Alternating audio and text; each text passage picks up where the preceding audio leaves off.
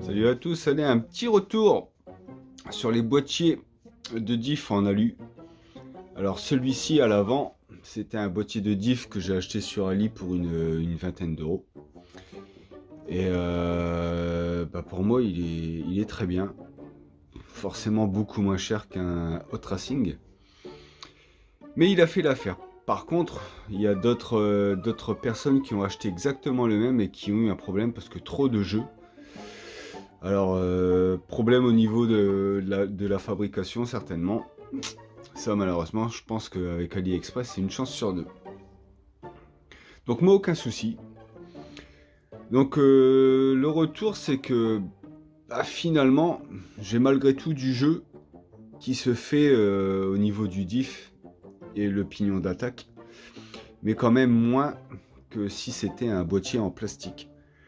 Alors, il y a du jeu qui se crée forcément, mais c'est surtout dû, je pense, à l'usure des dents, parce que là j'ai un pignon d'attaque qui est assez vieux et mon diff pareil, il est assez vieux et il tient le coup. Et celui-ci c'est pas un XB, c'est vraiment un diff d'un RTR. Alors là, au niveau du pignon d'attaque, vous pouvez voir les dents, elles sont encore vraiment correctes. Mais au toucher, elles sont tranchantes. Donc elles commencent franchement à s'user. Et le jeu vient forcément de là. Et là, au niveau de la couronne, vous voyez, les dents sont impeccables. J'ai eu une petite usure, je ne sais plus où. Ici. Là. Je sais pas si on le voit bien. Et du coup, j'avais recalé un peu plus fort, un peu plus épais. Ce qui m'a permis malgré tout de continuer à l'utiliser et j'ai aucun souci avec. Donc, la finalité, c'est un bon calage. Ça évite forcément d'avoir du jeu entre la couronne et le pignon d'attaque. Et on évite forcément les casses. Donc il y a ça, le boîtier alu aide énormément, puisque beaucoup moins de jeu qu'un boîtier plastique, mais malgré tout, il y a quand même un tout petit peu de jeu qui se crée. Donc voilà. Pour la noix d'origine, je crois que là il est temps de la changer. Elle est vraiment bien marquée. Donc là j'en ai acheté une chez AliExpress à 5 euros. Ouais, 5 euros.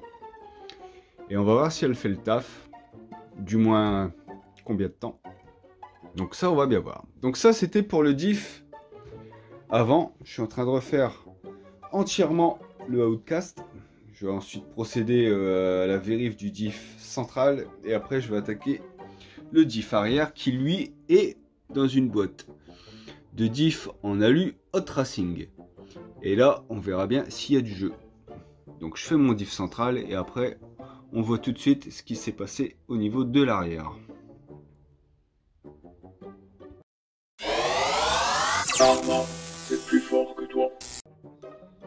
Alors j'ai aussi refait les goupilles, les pins au niveau des cardans CVD à l'avant parce qu'elles étaient vraiment bien marquées.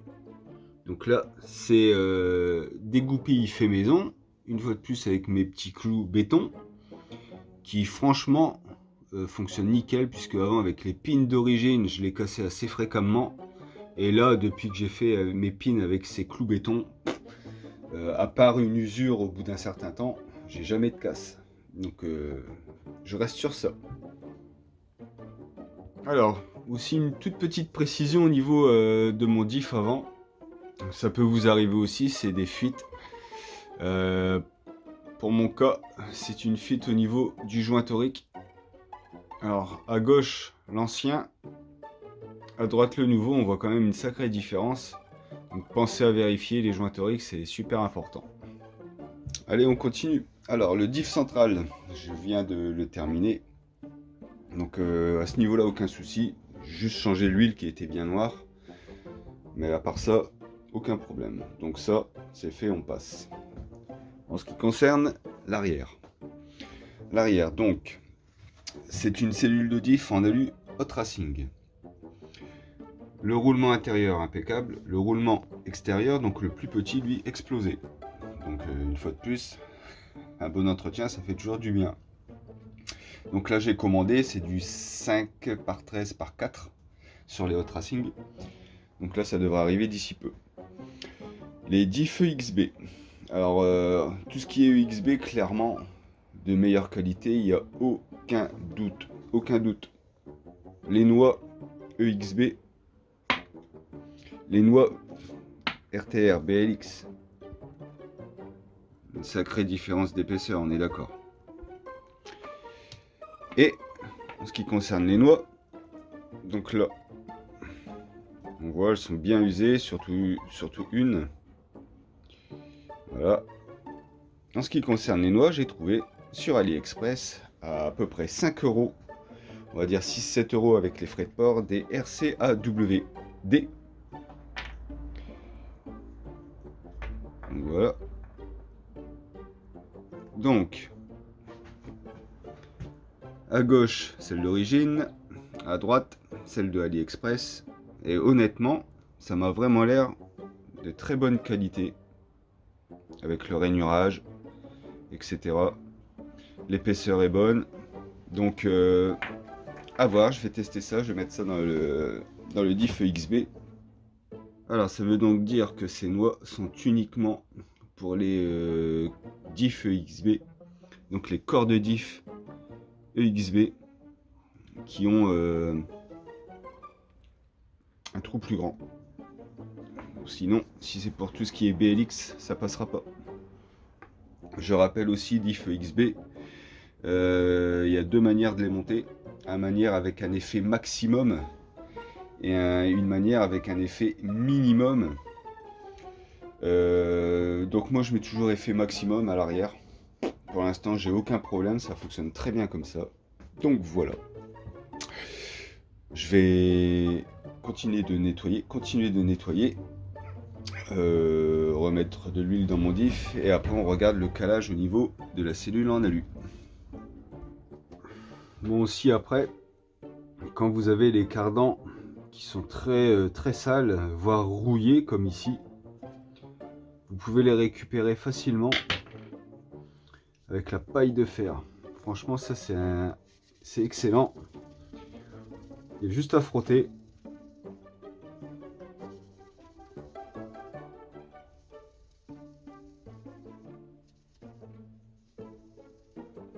Et voilà.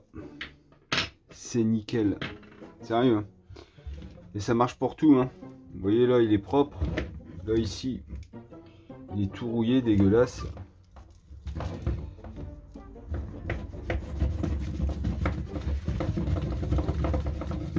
Un petit coup de ça et produit miracle.